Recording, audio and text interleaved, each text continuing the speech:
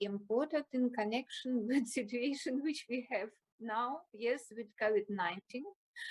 More often patients have pneumonia as clinical manifestation of this disease. And we will discuss COVID-19 pneumonia too. Okay, so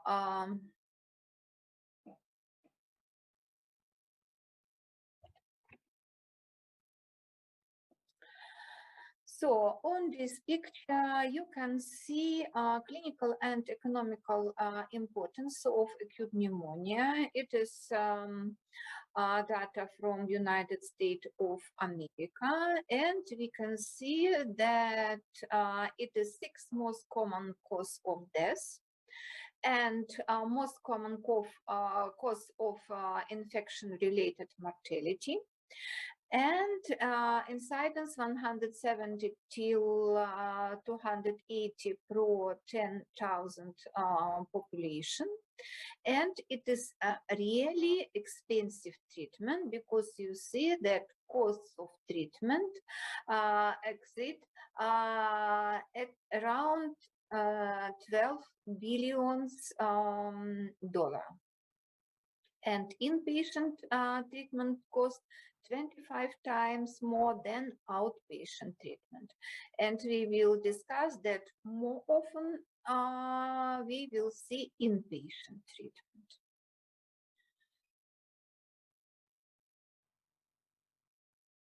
So before we start to discuss pathological signs, we have to remember defense mechanisms of the respiratory tract, which include filtration and disposition of environmental pathogens in the upper airways, epithelial cells, which are columnar in the respiratory system, cough, reflex, which helps us to expectorate sputum with different pathogens which are present there, mucociliary clearance, alveolar macrophages, our immune system, and other parts of our immune system like humoral and cellular immunity, and oxidative metabolism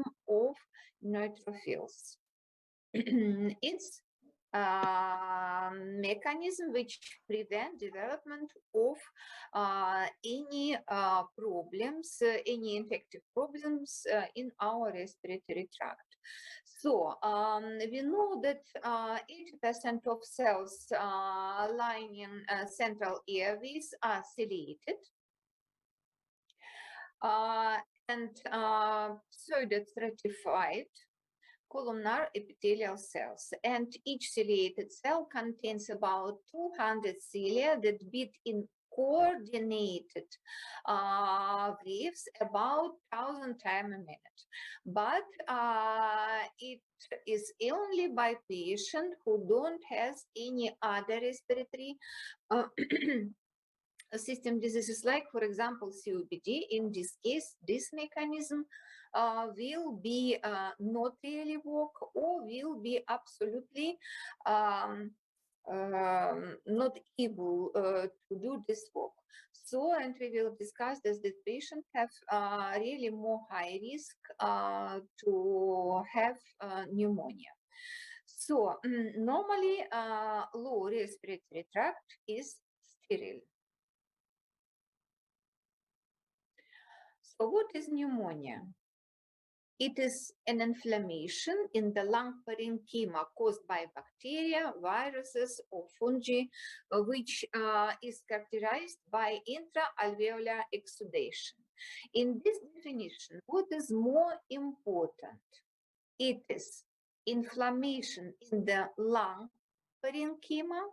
Parenchyma will be involved. Only viral pneumonia started as interstitial pneumonia, and we will discuss it too. But normally it is parenchyma and intra-alveolar exudation. So we remember anatomy of the lungs. We remember that parts of the lung which will be involved, in this case, alveolar. So pathological process placed in alveolar. Here will be present exudation. In case of bronchopneumonia, if pneumonia will be developed after acute or on bronchitis. In this case, you will see in distal parts of the respiratory base will be present changes too, but pneumonia placed here. So what kind of predisposition or predisposing factors you know? It is immunosuppressed patients who have any problem with immune system or other diseases which affect immune system together with main disease, patients who are smoker, patients who have difficult swallowing due to neurological problem like stroke, due physiological problems like dementia or Parkinson's disease or any other neurological and psychiatrical condition. And another problem in these patients, I mean neurological and psychiatrical, not only difficult swallowing, but impaired consciousness lead to more high risk of pneumonia. You can see here that patient with COPD and especially with bronchiectasis have more high risk of pneumonia too, and other serious illnesses. And on the first place, we will think about heart diseases, liver cirrhosis, and diabetes mellitus. So heart diseases, it is very important to think about it, because if you will have patient with pneumonia who by sides will have decompensation of heart failure, without that you will treat patient, and your treatment will lead to compensation of heart failure. Only in this case, your treatment will be really effective. Patients with decompensated left ventricular heart failure and pneumonia will have more severe risk of complication of pneumonia or bad prognosis. And what else? Patient who resent cold, laryngitis, or flu. Classification. So look, if we discuss classification, it lets you understand how we put diagnosis, primary and clinical diagnosis for our patients. So it is not difficult, but according to my experience with all students, very often you are not sure how you have to put your diagnosis. Look, I give you late example. This point is etiology. If you know this etiology on time, if you see your patient, very often if you see your patient first time, if it's first contact with your patient, you may suspect etiology, but you will not be sure. But in many situations, you may suspect what kind of agent was etiological factor for this pneumonia, and it will be first part of your diagnosis. Next point of classification is variants of pneumonia. What kind of variants we know? So first, community-acquired pneumonia. More often we will see patients with community-acquired pneumonia who have predisposition factor, which we discussed previously. Next type of pneumonia is nosocomial pneumonia. and re-diagnosed patient with this type of pneumonia. Then patient was hospitalized with any another diagnosis after 48 hours in the hospital, not early as this time. So if patient develop pneumonia after 48 hours after hospitalization, you will diagnose patient with nosocomial pneumonia. Often, or if patient has anamnesis of artificial lung ventilation. So, pneumonia due aspiration. It results from the aspiration of gastric contents more often, in addition to aspiration of upper respiratory flora. And last point here is pneumonia in immunocompromised host. Patients with AIDS, patients with other type of immunodeficiency, and in this case, viruses, fungi, or saprophytes like Escherichia coli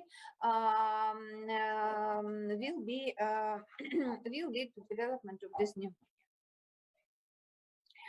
So, next point of our classification is localization of pneumonia. So, you have to clarify: is it left or right lung? What kind of lobe is involved in case if it is right lung, upper, middle, or low, in case if it is left lung, upper or lower lobe. And if it is possible, you may clarify segment. You will see it on X-ray. Or possible it will be polysegmental, like in COVID-19 pneumonia. In this case, we will clarify how many percent of lung tissue is involved in pathological process. But in this case, we have to clarify side and lobe.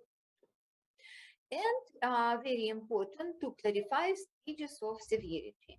It is not difficult if you know how we stratify patient to mild, moderate, or severe severity of pneumonia. Look, mild pneumonia, congestion is clear. Body temperature less than 38. Heart rate less than 90, patient has normal blood pressure, dyspnea is not present or mild, and only in case of physical activity, and chest X-ray shows only small infiltration. So in this case, it is mild severity of pneumonia. Look, and only chest X-ray is judicial investigation. All other changes you can see if you do investigation, normal objective investigation of patient. Body temperature, congestion, heart rate, blood pressure, and so on. What is moderate severity? Congestion is clear.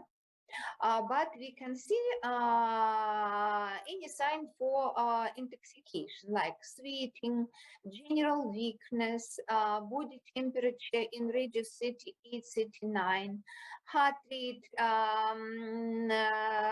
shows you tachycardia 90, 100, possible due intoxication and toxical effect on this patient. Patient will have moderate decreased blood pressure. Patient will have dyspnea, which will be increased by physical activity, and large size of infiltration if you do chest X-ray. If your patient will have very high body temperature, more than 39, if congestion will be affected, will be not clear.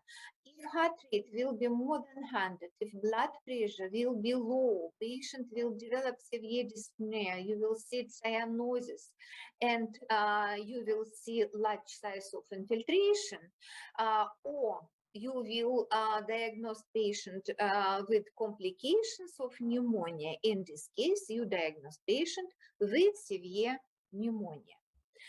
And last part of this of our classification is complications.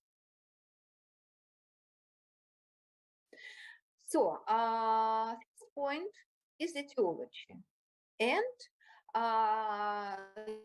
you have to do everything for clarification of etiology, pathogen, which was the reason for development of this pneumonia. And we need pathogen classification for treatment because it is, in this case, if you know what kind of pathogen and the special sensitivity for antimicrobial agents, in this case, our treatment will be really effective. So then first is bacterial pneumonia. You remember that there are aerobic gram-positive, aerobic gram-negative bacteria, and anaerobic bacteria. And in this case, if you will see result of investigations with different bacteria, your treatment will be different too. Look, gram-positive Streptococcus pneumonia, Staphylococcus aureus, or hemolytic Streptococcus group A, gram-negative Klebsiella pneumonia, Haemophilus influenzae, Escherichia coli, and atypical pneumonia. I hope you will have time for discussion of this one, which include Legionella pneumonia, Mycoplasmal pneumonia, Chlamydia pneumonia, pneumonia, and viral pneumonia, which may be result of different virus inhalation and development of this type of pneumonia, include COVID-19 pneumonia. Pneumonia may be caused by other pathogens like rickettsia, parasites, and protozoa.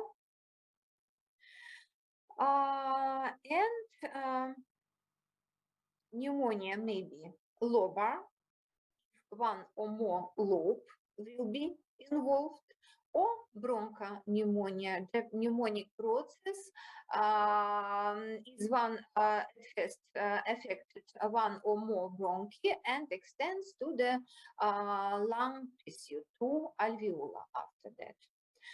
So then what we have to remember about pathogenesis of pneumonia, we have to understand route of entry. What was reason for this type of pneumonia? And you have to write it in your diagnosis too. Is it pneumonia due inhalation, aspiration, bloodborne by sepsis, septicemia, or it is chemical pneumonia due ingestion of kerosene, or inhalation or drinking with inhalation of irritating substance. So, and if you remember all points, or each points, better to say, of our diagnosis, you will have no problem to put clinical or primary diagnosis. Like you can see it on this picture: etiology, pneumococcal, community acquired pneumonia, localized in the lower lobe of the right lung, moderate. So we write moderate, and for us it's clear that blood pressure is not severe decreased, tachycardia is not severe, no complications present in this case. So you read only diagnosis and you understand what happened with your patient. Okay. So, what kind of pathophysiological mechanism we have to remember? So, microbial pathogens enter the lung by aspiration of organism from otopharynx, more often by or more common in patients with impaired level of consciousness. Remember, patient who has alcohol abuse,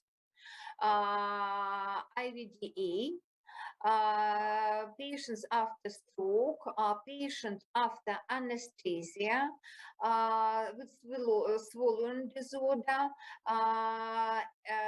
in G tubes, and ETT.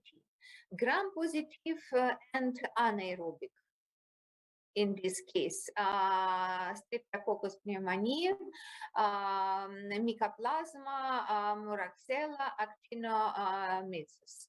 Gram-negative, more likely with hospitalization, diabetic alcoholism, diabetes mellitus, and advanced age.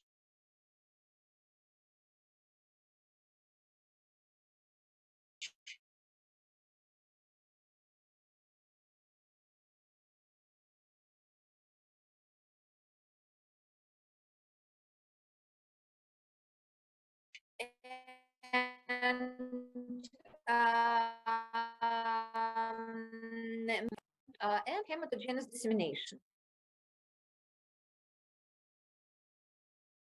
More Fusobacterium infections of the retropharyngeal tissues, Lamir syndrome,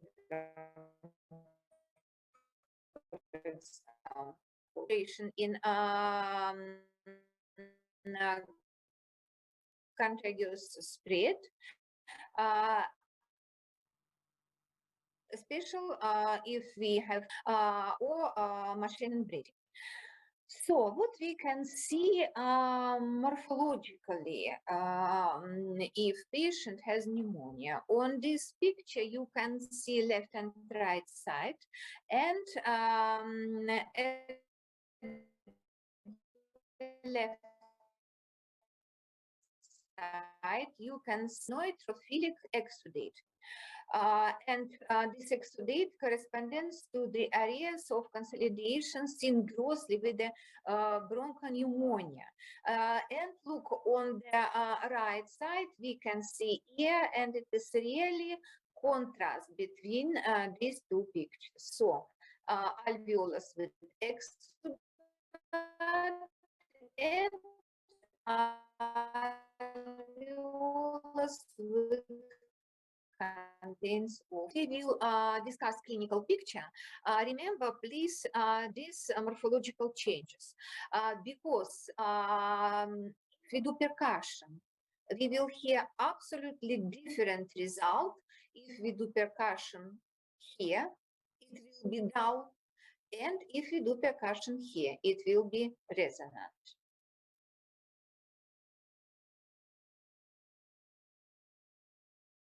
Morphological changes as a result of autopsy after polysegmental pneumonia. We can see that lung changed, but it's not homogeneous changes. We can see different focal changes which are consolidated in this place, and small changes too. It is polysegmental pneumonia. And on this picture, you can see that this lobe of the lung is decreased in the size. It is changed in the color, yes, and border between pathological process and normal lung is intralobular pleura. Its situation if border of these pathological changes will be very, very clear, like line, because border is intralobular pleura. So, what kind of diagnostic criteria we know which help us to put diagnosis of pneumonia for our patients? So, first, what we have to remember is predisposition. Is patient having together with respiratory problem chronic heart failure or diabetes or has alcohol? It is anamnesis. During practical classes, we ask you every time to remember it because anamnesis sometimes is 50% of our diagnosis. It really helps to put correct diagnosis. So we have to think about classical symptoms like cough, sign for inflammation like fever, sputum production, dyspnea. We have to think about clinical syndromes like pleuritic chest pain, productive cough with mucopurulent sputum, and pleuritic chest pain tell us about involvement of pleura. So, and important, focal findings. It is result of our objective investigations like auscultation, percussion, inspection. We will hear rails, crepitation, or signs for consolidation. Next criteria for diagnosis. General blood analysis. We have to confirm presence of inflammatory process like increased erythrocyte sedimentation rate, leukocytosis, which shift to the left, and next criteria is sputum analysis, which let us know what kind of microorganism is etiological factor for this type of pneumonia, and sensitivity to antibiotics may be found as a result of this investigation. So if you have all of these criteria, if each one is positive, you will not have a problem or any doubt in your diagnosis.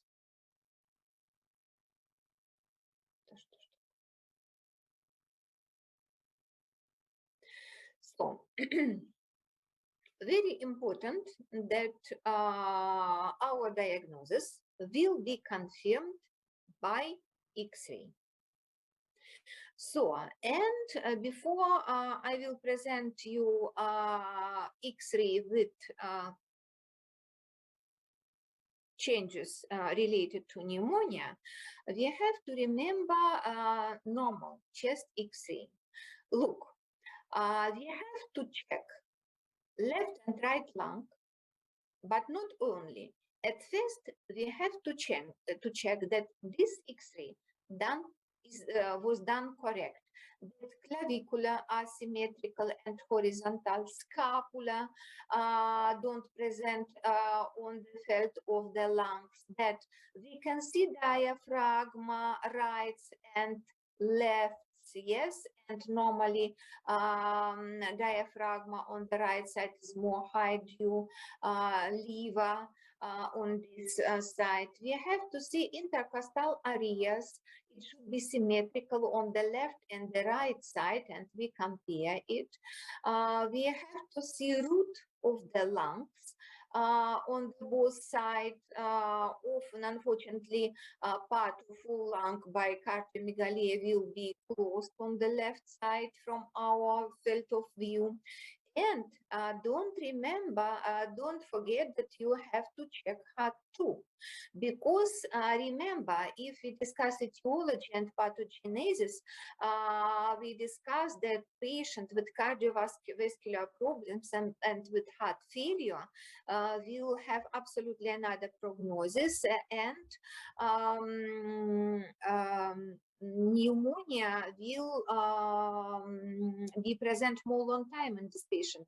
With another word, our treatment will be not effective if we will not do something with heart failure.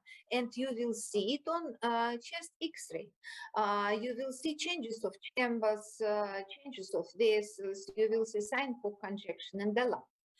So, and only if you are sure that you see full lungs, if it is correct done, you will see all changes which are present. So, what kind of changes are possible? For example, on this picture, if we compare left and right lung, we will see that on this place, we will see schedule, homogeneous schedule with middle intensity, which takes place in the middle and lower parts of the right lung. Compare right and left. Here's absolutely another. But in the lower parts, possible here is present congestion too, or it is pneumonia as a result of congestion. We can see trachea and bifurcation, it's good visualized. And look, we can see very, very clear here enlargement of the heart of our patient. Look, left ventricle is linea clavicularis sinistra. Normal border of the heart should be 1.5 or 1 centimeter medial from this line, and we can see that left ventricle is enlarged. Left atrium is slightly enlarged. So patient has any cardiovascular diseases, and we have to think about it too, not only about presence of infiltration. So in this case, we can see sign for infiltration in the lower part of the right lung. And I took this X-ray as example of X-ray which is not correct done. Look, we cannot see sinus of the right lung, we cannot see sinus of the left lung, we cannot see diaphragm. So we don't know what has happened. Possible fluid is present, exudate possible present, patient developed pleurisy too. So it's okay, if we don't have any other X-ray, we will check it, but normally we have to do it again and see correct X-ray. Okay, so on this X-ray we can see bronchograms due consolidation of lung tissue, very clear, we can see it. We don't see clear left cardiac border because here we can see infiltration. And this infiltrate is together with schedule of heart, and we see it together without clear border of the heart. On this X-ray, we see small infiltration in the basal parts of the right lung. Very clear, we can see that sinus of the lungs free from fluid, but this patient has also increased pneumatization, so emphysema is present. This one is infiltration too. And this picture shows us interstitial pneumonia. We discussed that only by interstitial pneumonia we will see changes of interstitial tissue. We will not see at first infiltration. will be present later if interstitial pneumonia will be present and alveolus will be involved too. In this case, next step of development of this pneumonia, and it is in case if viral infection will be combined with bacterial infection. And here we can see interstitial pneumonia, which is normally viral pneumonia. Okay, so then summary. Diagnosis related to history and physical examination, X-ray examination, pathogen identification, and we can include to this list confirmation of inflammatory changes. Why it is not present here? Because not by all patients we can see it, unfortunately. Patient with decreased immune system possible will not have it. But this criteria should be present in all cases. Okay. So in this part of our lecture, we will discuss general clinical picture.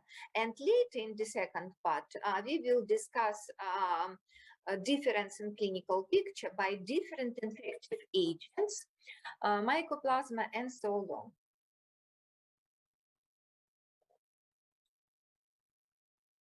Then, in which case we suspect that our patient has pneumonia. If patient described you clinical manifestation and important newly acquired respiratory symptoms, newly. It is because if patient has COPD, patient will have long anamnesis. So what appear? Cough. At first, it may be dry cough, later with different type of sputum, mucosal sputum, or purulent or mucopurulent sputum, with different color, like, for example, resty sputum. So, dyspnea, especially by involvement of big volume of the lung tissue, especially if this clinical sign, again, newly appeared clinical sign, respiratory sign, will be accompanied by fever and abnormal breath sounds and cracks. So if you do objective investigation and if you see sign for consolidation of lung tissue in association with this clinical sign, you will think about pneumonia. In elderly of or immunocompromised pneumonia, to drive worsening or underlying chronic illness feeling. So, typical pneumonia. Often we see sudden onset of fever, especially in case of lobar pneumonia, pneumococcal lobar pneumonia, cough, at first dry and after that productive, of purulent or other type of sputum, and in case if pleura will be affected, pleuritic chest pain, which will be connected with changes of posture of patient and with breathing. In case of atypical pneumonia, and here we have possibility to think, is it typical or atypical pneumonia? Look, typical, sudden onset with complex of clinical sign. Atypical, more often it's a gradual onset, more often it's dry cough, prominence of extrapulmonary symptoms like headache, myalgia, fatigue, sore throat, nausea, vomiting, and other. And includes diverse entities and has limited clinical value. So if you put diagnosis of pneumonia, you have to confirm it by chest X-ray. You have to confirm presence and location of pulmonary infiltration, assess the extent of the infection, defect, pleural involvement, pulmonary cavitation, especially by atypical pneumonia or lymphadenopathy. May be normal when the patient is unable to mount an inflammatory response in immunocompromised patient, or it is too early. Sometimes we see clinical sign, but it is too early to see changes in X-ray and to hear any auscultative picture. But normally after any hours, it will be present. So how we can identify pathogen? First and very easy, it is sputum analysis. First, more than 25 white blood cells and less than 10 epithelial cells. Nasotracheal secret we can take for identification of pathogen. Blood culture or pleural effusion culture may help us, serological testing, immunological testing, and molecular technology. Normally, and we have to understand that possible very good hospital with very good instrumental possibility may do all of these investigations, but normally we don't need it. For us, it's very important to know pathogen, and if we will identify it in sputum, it will be very, very good. But if we discuss, for example, COVID-19 pneumonia, we know that at first we do tests in nasopharynx, but if it is more late stage, it will be negative. Patient will be ill, but this test, nasopharyngeal test for COVID-19, will be negative. And in this case, possible will be needed nasotracheal secret or bronchial secret for testing. But normally, we see another confirmation of this disease. Not in all cases we will do all of these steps. It's really expensive and not in all cases needed. But if we need to know pathogen for treatment and cannot find it nowhere, possible, we will use serological testing or molecular technologies. So we know that main clinical syndrome for for pneumonia is infiltration, and it is X-ray sign, and clinical sign, it is consolidation of lung tissue. And if we think about differential diagnosis, we have to take for differential diseases, which will have same main clinical syndrome.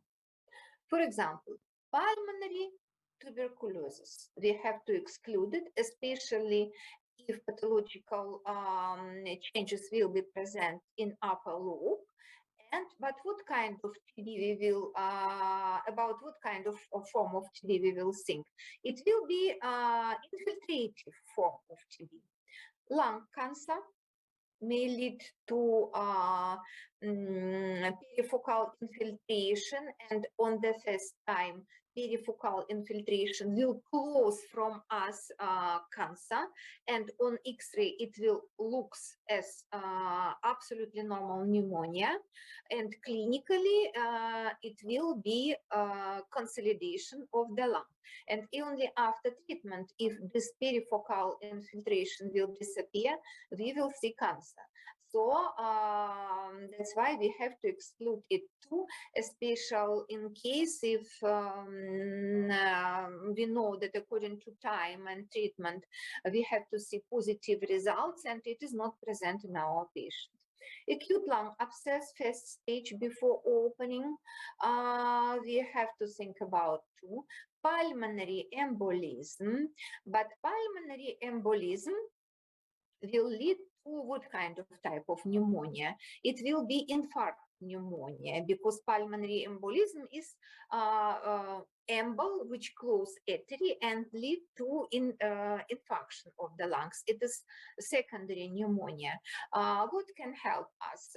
Very often it is initial place which let us think about reasons for pulmonary embolism. For example, DVT, any gynecological problem, patient who recent previously operation, for example, surgical operation or traumatological operation.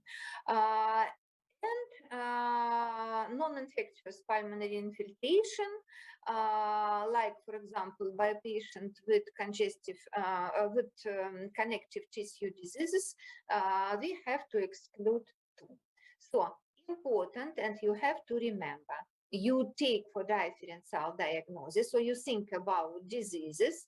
If you clarify diagnosis in case of your patient, you take diseases with clinical syndrome, which is seen, consolidation of lung tissue and infiltration.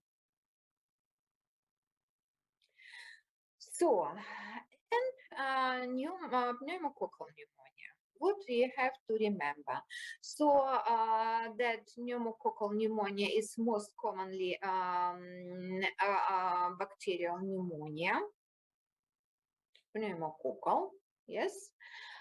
So that Streptococcus is encapsulated gram-positive. Think about antibiotics treatment. Coccidiotekia in chains or pairs. The capsule, which is a complex of polysaccharide, has specific antigenity. And type 3 is the most virulent, usually causing severe pneumonia in adults, but types like 4, 14, 19, and 23 more often we see in children. Okay.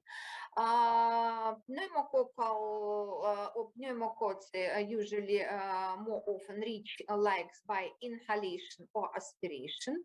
More often we see inhalation.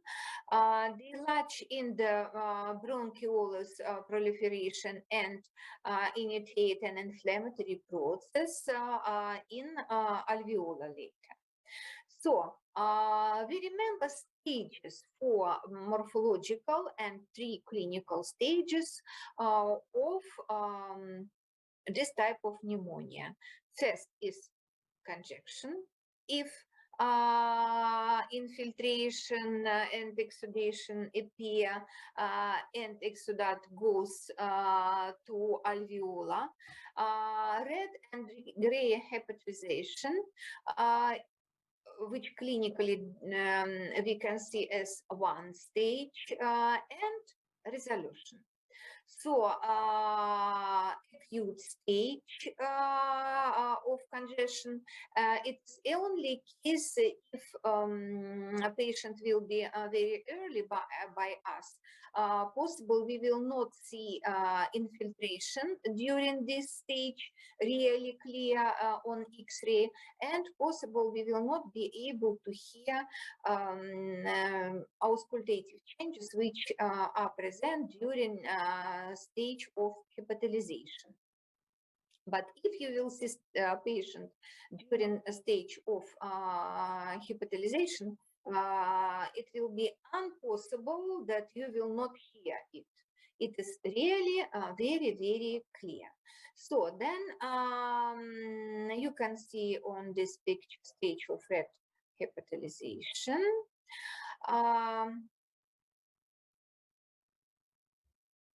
And what is important by lobar pneumonia?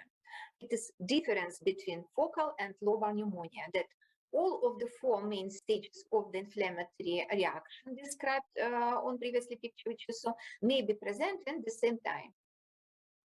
It may be so quickly that in one place started first stage, in another we can see, but more often, in most cases, recovery is complete with restoration of normal pulmonary anatomy, if there are no any complications. So then clinical manifestations. Many patients have had an upper respiratory infections or infection for short days before the onset of clinical picture of pneumonia. Onset usually sudden. In half cases which shake and chill. So it is so patient go home from the walk, go absolutely healthy, and come back home with absolutely clear clinical picture, and possible duration of this way from work to home less than 1 hour. Suddenly, temperature rise above 39, patient will develop shake and chill, patient will have severe sign for intoxication, symptoms of high fever, chill, shake and chill, sharp chest pain, which will tell you about involvement of pleura, and especially if it will be severe by inspiration, and by investigations, in case if pleura will be involved, you will see that involved part of the chest will be not able to do a full movement, yes, dyspnea, and sometimes blood flagged sputum. But in some cases, especially by more old patients, these extreme symptoms will be not present or will be not so quickly developed. What else possible? Pulse acceleration, sharp pain in involved hemithorax, cough, especially dry with pinch or blood flecked sputum, later with possible mucosal sputum, and later it will be sputum, color of sputum will be changed to resty because changes of erythrocyte and ferrum in sputum. Possible patient will have gastrointestinal symptoms such as anorexia, nausea, vomiting, pain in abdomen. Sometimes it's result of pleura involvement, diarrhea. All these signs normally result of severe intoxication, but may be mistaken as acute abdominal problem. So, actually ill patient will have dyspnea, tachypnea, and may be observed to use accessory muscles for respiration, especially you will see it in affected site, and even to exhibit nasal flaring. Fever and tachycardia will be present, shock may be usual, bacterial shock, except in the later stages or infection of DIC. Auscultation of the chest reveals bronchosvesicular or bronchial breathing. Please don't do very often mistake. Bronchial breathing is not bronchial asthma. Bronchial breathing is result of consolidation of lung tissue. So normally we hear bronchial breathing only on anterior part, upper anterior part of our chest, on place of trachea and big bronchium, because we don't have here big volume of alveolar. And if we put our stethoscope on this place, we hear bronchium and trachea. But in all other places, in middle, lower, upper part of the chest, placed alveolar, and alveolar include normally ear, and many alveolus with ear close from us bronchium, and we don't hear it. We hear vesicular. Vesicular is alveolar. And we hear vesicular breathing, breathing from alveolar. What happened if a patient developed pneumonia? Alveolar will be not free, will be not with air. It will be filled with exudate. And this consolidation led to absolutely another situation. We will not hear alveolar, or with another name, vesicular breathing.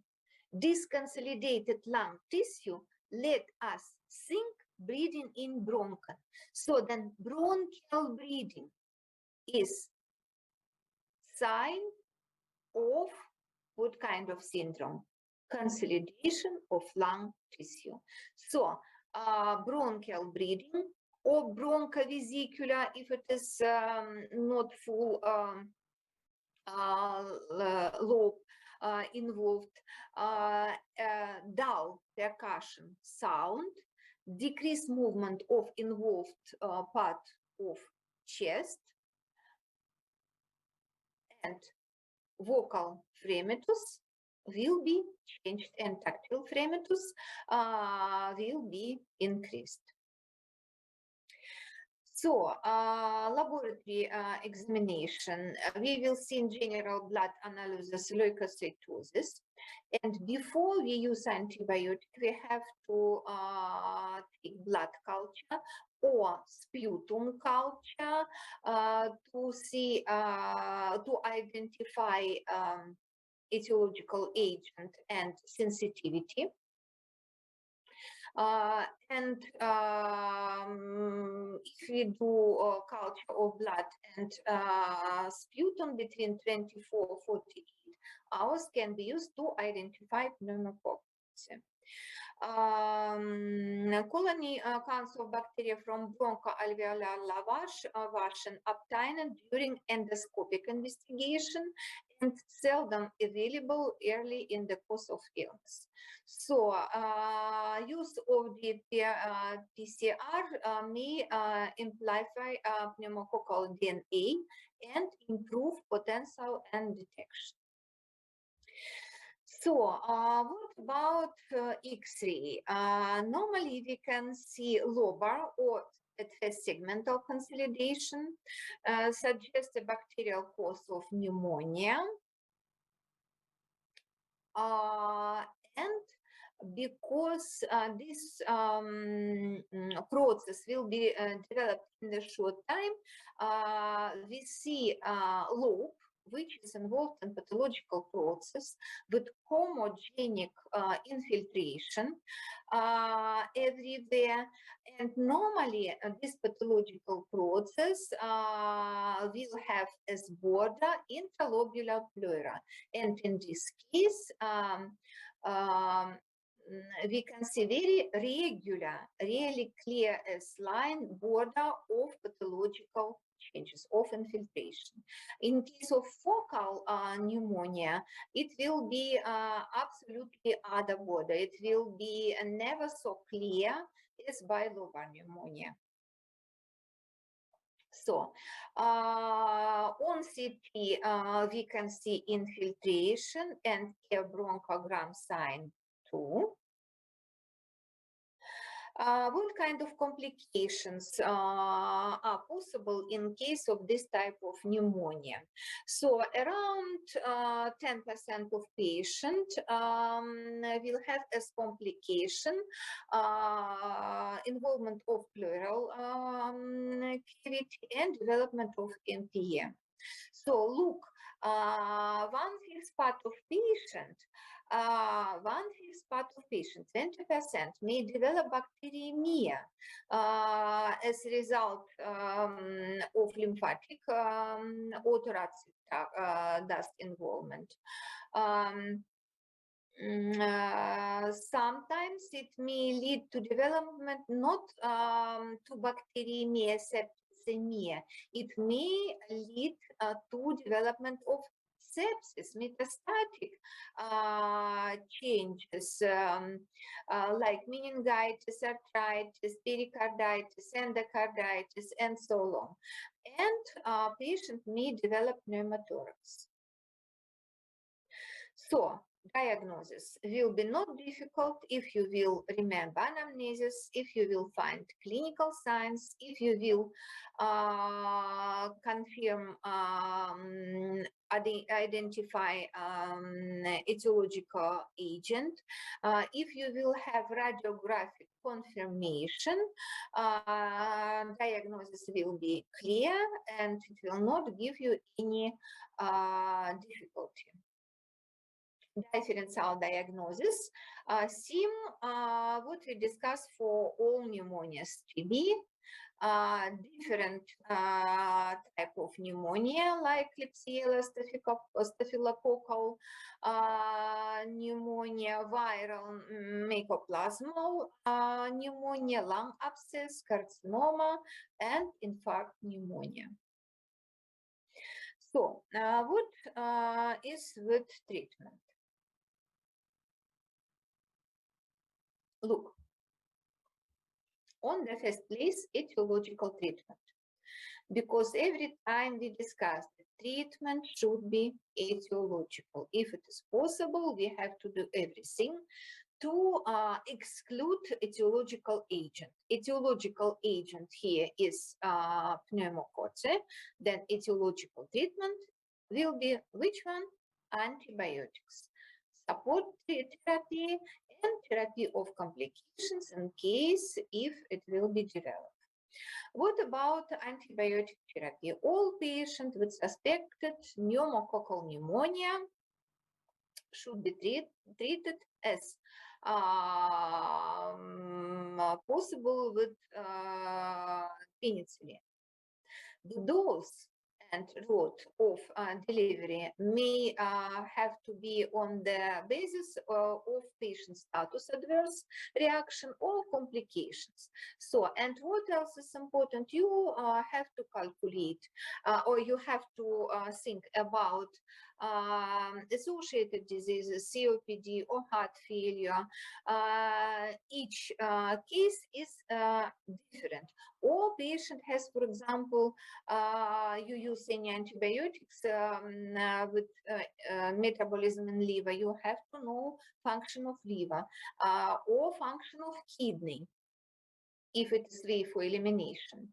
For patients who are believed to be allergic to penicillin, so then this line is penicillin. If you cannot give due different problem penicillin, one may select the first or second generation of cephalosporin, or macrolide, or beta-lactam, or respiratory fluoroquinolone alone. For patients with PRCP, one may select the second and third generation cephalosporin or macrolide advanced plus beta-lactam or respiratory fluoroquinolone alone. In some cases, we use vancomycin. Treatment with any effective agent should be given for at least 5 to 7 days or after the patients have been afebrile for 3 days. So it's minimal prolongation of treatment with antibiotics, but normally we use this way. Patient receiving, normally if our treatment is or not normally, if our treatment is positive, if it is effective during 3 days or after said day, temperature, if we compare it with previously time. So, and we continue to give antibiotics during as minimum 3 days if patient is afebrile or has normal temperature. What is about support treatment? Supportive measures are generally used in the initial management of acute pneumonia, pneumococcal pneumonia, and include what? Bed rest. It's clear, yes, big volume of lung tissue is affected, is not able to take part in breathing, in oxygenation of blood. That's why it's reason for bed rest. Monitoring of vital signs and urine output, because remember, as complication, possible shock. Administering an occasional analgesics to relieve pruritic pain so that patient will be able to breathe really.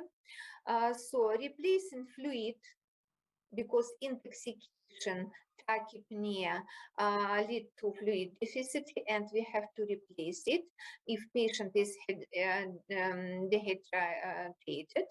Correction of electrolytes and oxygen therapy. I hope that you will not need treatment of complications because your patient will not develop it, but it is unfortunately impossible. Part of your patient due different problems will develop complication.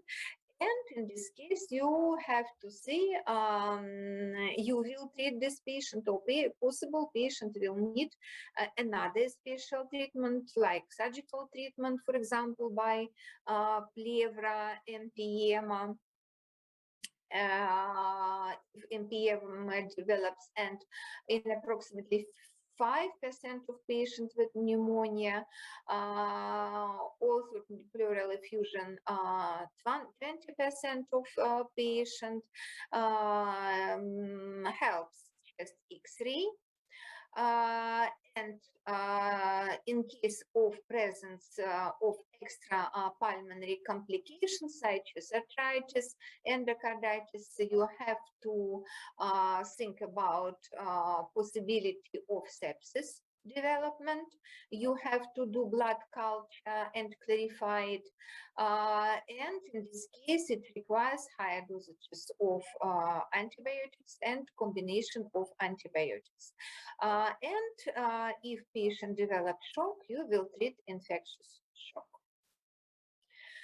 Okay, what is prognosis? Prognosis is much better in this pneumonia.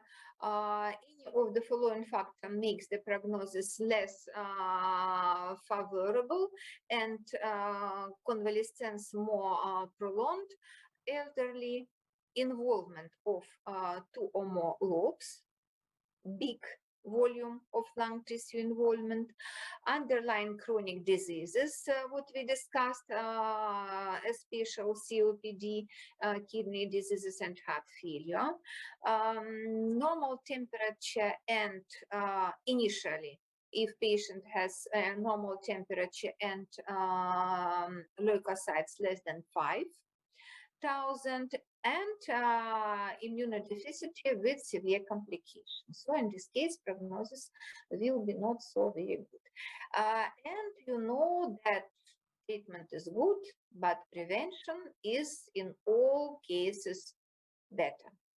And the most important preventive tool available is using of polyvalent pneumococcal vaccine in those with chronic lung diseases, chronic liver diseases, patient remembers splenectomy, diabetes mellitus, patient, aged patient, and patient who previously had anamnesis of pneumonia. This patient will need vaccination. Okay.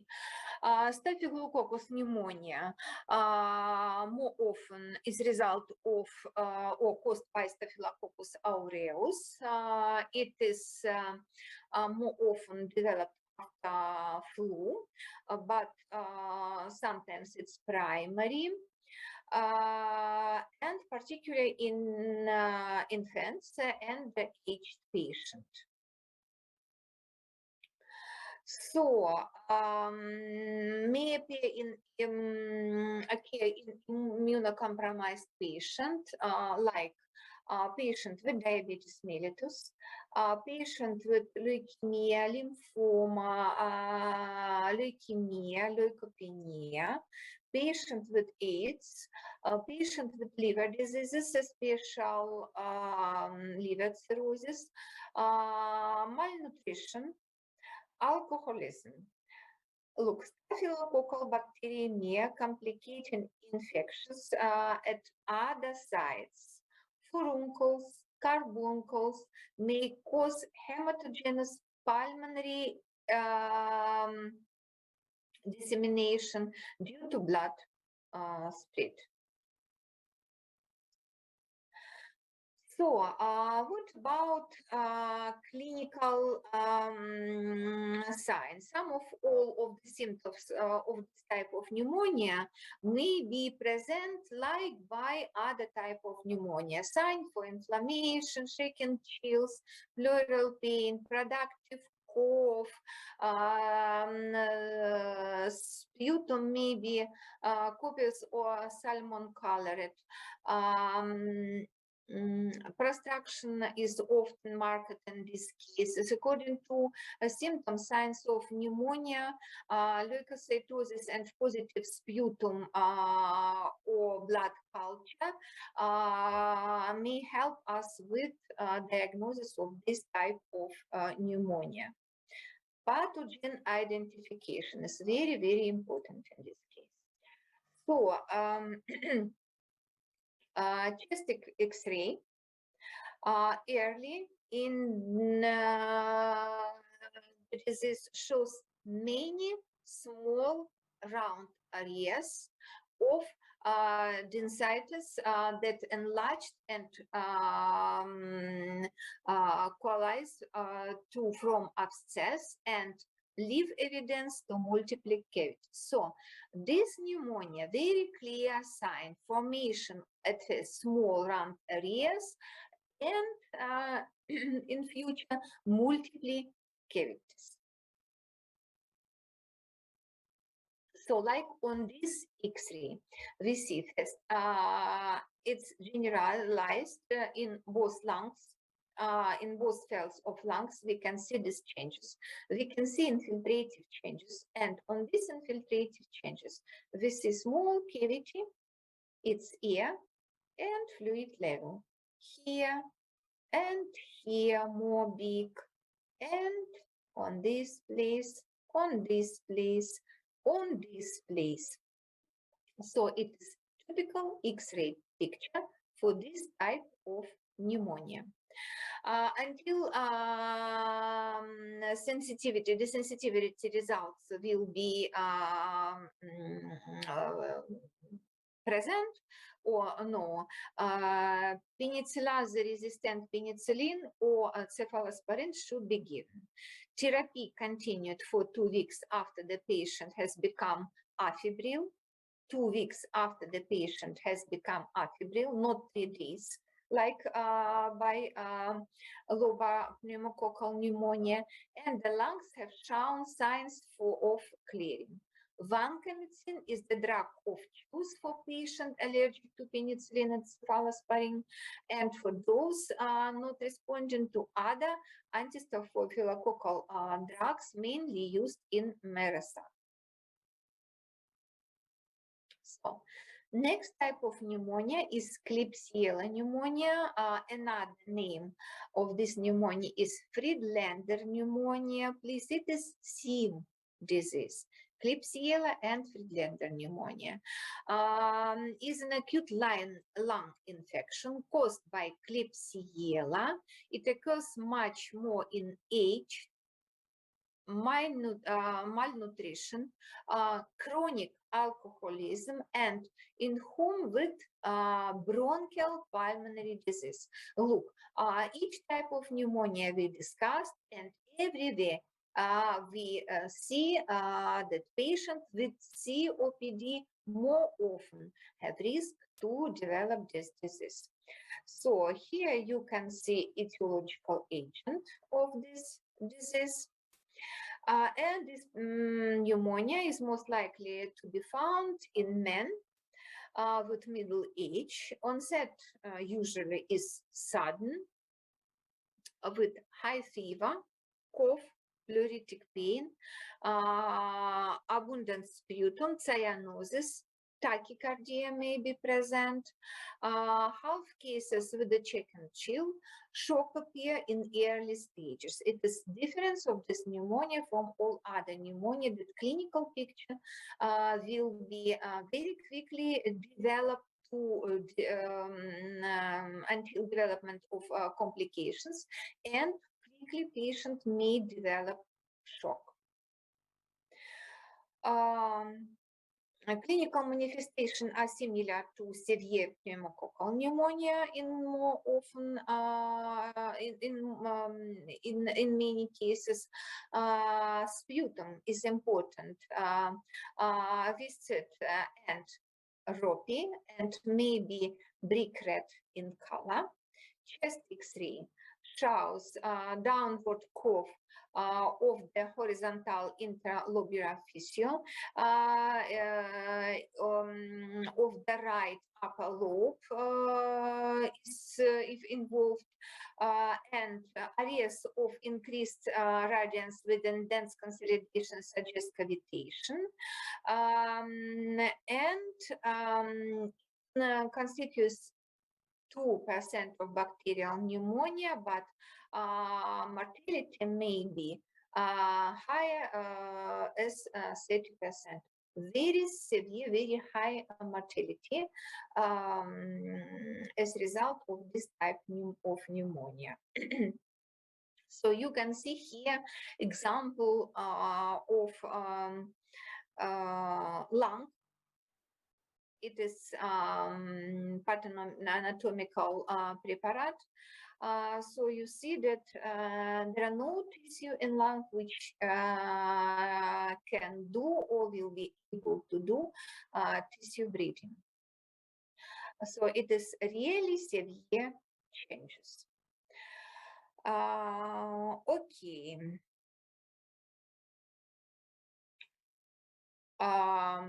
Klebsiella pneumonia. When an elderly patient suffered from acute pneumonia with severe toxic symptom, viscid and brick red sputum, must consider this disease. You have to suspect it on the first time. The diagnosis is determined by bacterial examination of sputum, like by all types of pneumonia.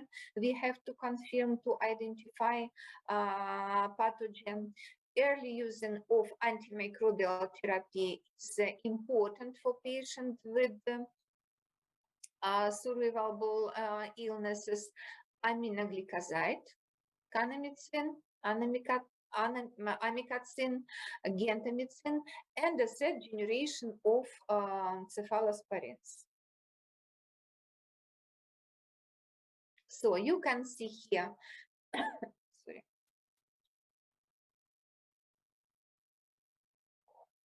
right upper lobe consolidation, and you see horizontal tissue here, and sputum analysis group Klebsiella Pneumonia in this case.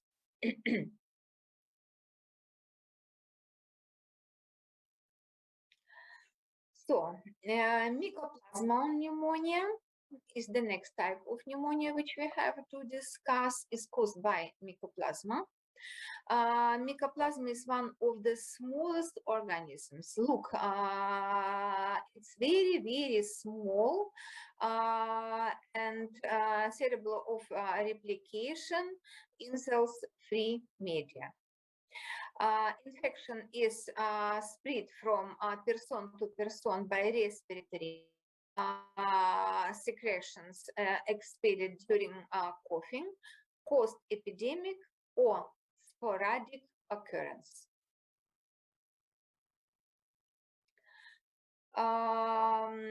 It commonly occurs in children, adolescent, mainly in the fall and winter. It constitutes more than 1/3 of non-bacterial pneumonias, or 10% of pneumonias from all cases, so often in this population. Cellular infiltrate around bronchiola and alveolar interstitium consist mostly of mononuclear elements. So then what will be changed? Cellular infiltrate around bronchioles and in alveolar interstitium. What is with clinical picture? The illness begins insidiously with constitutional symptomatic, malaise, sore throat, cough, fever, myalgia, but look, half of cases, no symptom, and it is very bad. Because this patient possible will be risk for other people. Yes, no symptoms in half of cases. So what will be on chest X-ray? Most patients have unilaterated lower lobe segmental abnormalities. The early signs are on interstitial accentuation of marking with a subsequent patch ear space, consolidation, and thickened bronchial shoulders. So you can see it on this picture and here. Pneumonia may persist for 3-4 weeks. A slight leukocytosis is seen with a normal differential count. Diagnosis is generally provided by a single antibody titer of 1 to 32 or greater, a titer of cold agglutinins of 1 to 33 or greater, a single immunoglobulin M determination. The most promising in terms of speed, sensitivity, and specificity, specificity of PCR, cost, and back to general limits is routine use. Therapy. If you suspect this type of pneumonia, you have to choose erythromycin and some other new macrolide. Erythromycin or other new macrolide. It is drug of choice for this type of pneumonia. Legionella pneumonia. What we have to know about this case of pneumonia? It can be opportunistic pathogen. Patients with immunosuppression are at increased risk of this infection, but sometimes outbreaks do occur in previously healthy individuals. So, Legionella is also small gram-negative obligatory aerobic bacillus, which you can see on this picture. Which place is very often it choose for its life is different filters or warm water. Legionella's disease is acquired by inhalating aerosol. Water contains Legionella organism, or possibly by pulmonary aspiration of contaminated water. Contaminated water are derived from humidifilters, shower heads, respiratory therapy equipment, industrial cooling water. Remember, industrial cooling water, because of the frequently use of air conditioner, Legionella pneumonia is also seen in CAP. Okay, clinical manifestation. The onset of Legionella pneumonia is sometimes severe. High fever, significant hypoxemia, seen in patients with this type of pneumonia. Failure to rapidly appropriate therapy in these cases is likely to result in a poor outcome. So, quickly onset, better prognosis. What kind of sign? Like by all types of pneumonia: cough, dyspnea, pleuritic chest pain, gastrointestinal symptoms, especially diarrhea or localized abdominal pain, nausea, vomiting, very often will be present in this case of patients. So remember, we discussed that atypical pneumonia, difference of clinical picture is not only respiratory sign. In many cases, we can see extrapulmonary sign or sign which tell us about involvement of another systems, like here. Physical examination, often similar to other pneumonias, and usually present over involves area, rails or crackles. Pulse rate is not coincide to body temperature difference here. It's very important sign. Chest X-ray, no diagnostic features on the chest X-ray from other pneumonia.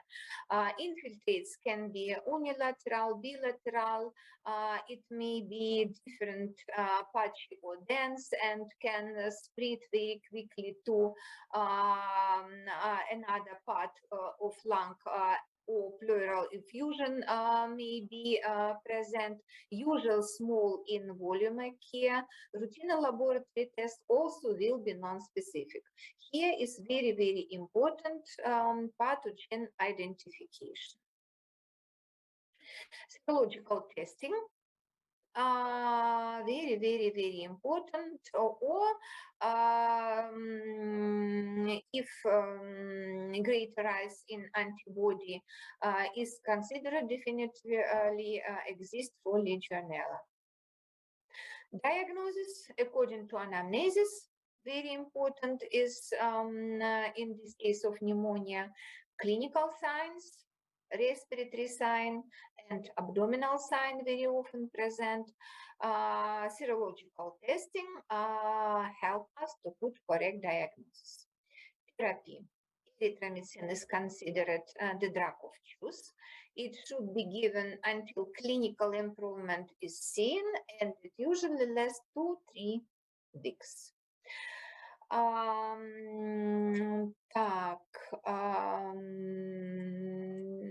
It is not for us. And last type of pneumonia, which we have to discuss today, is coronavirus pneumonia. It is reason why we see us only in internet now, in Zoom, and we will hope that this battle will be on our side only this time, and we hope that if all people or 80% of population will have vaccination, we will have our normal life and our normal study, because really we are waiting of you. For us, really is difficult to work with you without our patient. We understand your problem. Okay, and it is due this type of disease, due this type of pneumonia. And we have to know everything about this disease. So we know that coronavirus is a large group of viruses that typically affect the respiratory tract. They'll also cause pneumonia and a common cold. Symptoms of the new coronavirus include fever, chills, head aches, difficulty of breathing, sore throat. So it may appear as absolutely all respiratory infections. And until December 2019, it had never been seen in humans. So 2019, now we have 2021. How long else? Please do vaccination. So the main source of infection is person, including those who are in the incubation period of this disease, who are in the incubation period of this disease, because no signs, but presence of infection. Transmission of infection is carried out by airborne droplets, airborne dust, and contact routes. Fecal oral transmission, please think about it. This mechanism is possible too. So then clinical presentation. Doctor, now we have different variants of coronaviral pneumonia. It is alpha, it is delta type, and according to this variant of coronavirus, incubation period is eliminated between 4 days or between 2 and 3 days. By Delta variant, sometimes on third day, clinical picture will appear. There are no any typical symptoms if clinical sign will appear. It is respiratory symptoms, fever, cough, myalgia, fatigue, and shortness of breath, runny nose, diarrhea.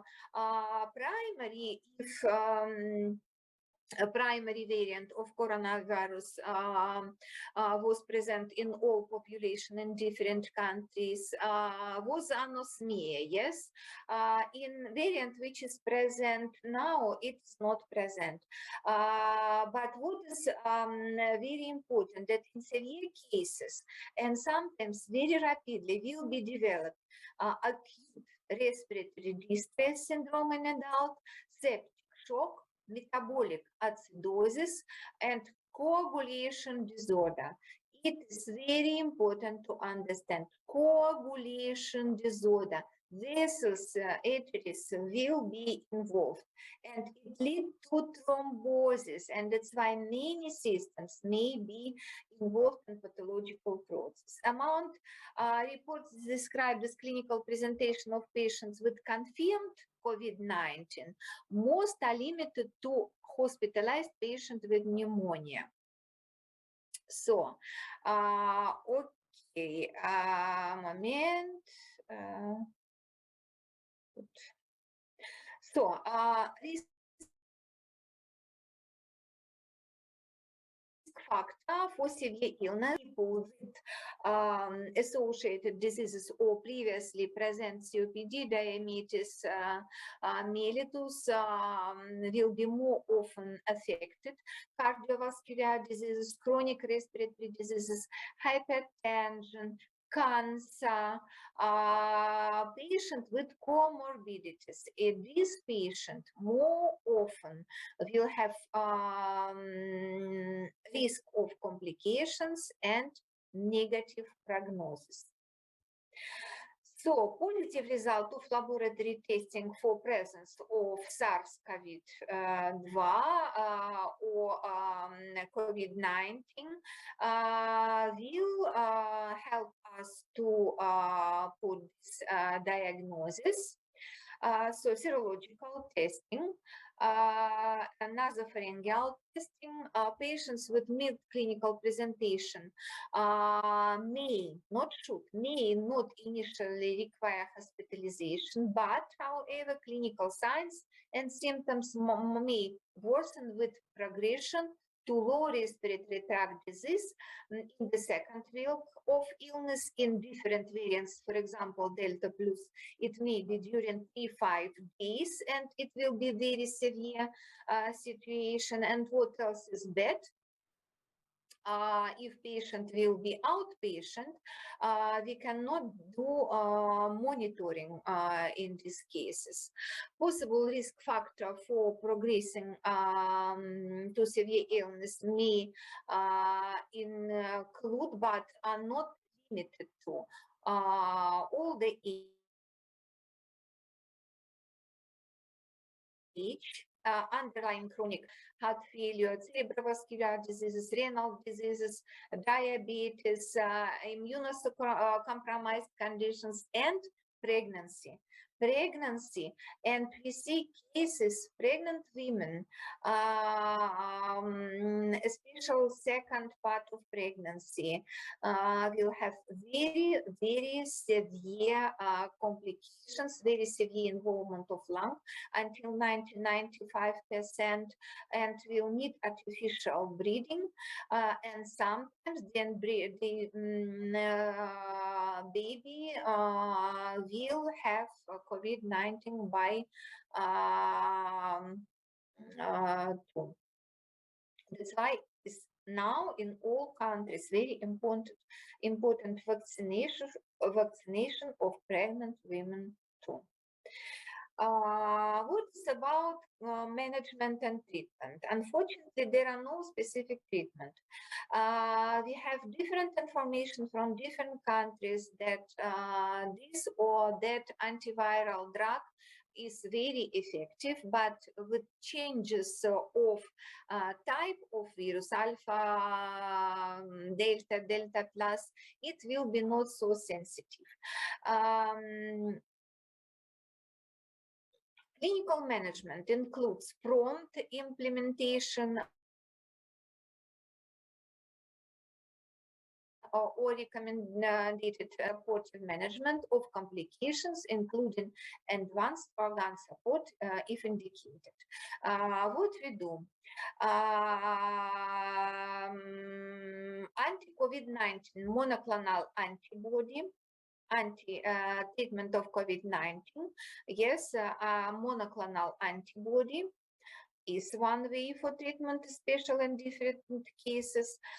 Convalescent plasma, high titer convalescent plasma is available through a Food and Drug Administration emergency use, and so, in difficult cases we use it, and it decreases severity of disease.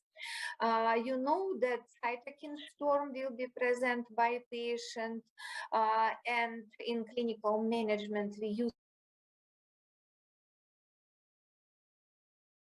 interleukin 6 inhibitor. Remdesivir was recommended from April 21, and anticoagulants, because we discussed that thrombosis, arterial thrombosis, will be present, and it leads to more severe clinical picture. And that's all. Yes, and our time is over. Do you have any questions? You may write it or you may ask. No. Okay, if there are no questions, I wish you good luck.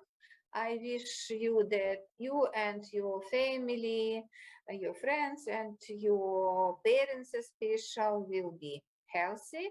And I wish us that we see us not in Zoom, that we in short time will be able to see us here in Kursk in our hospital. Good luck. Bye-bye. Спасибо, madam. До свидания.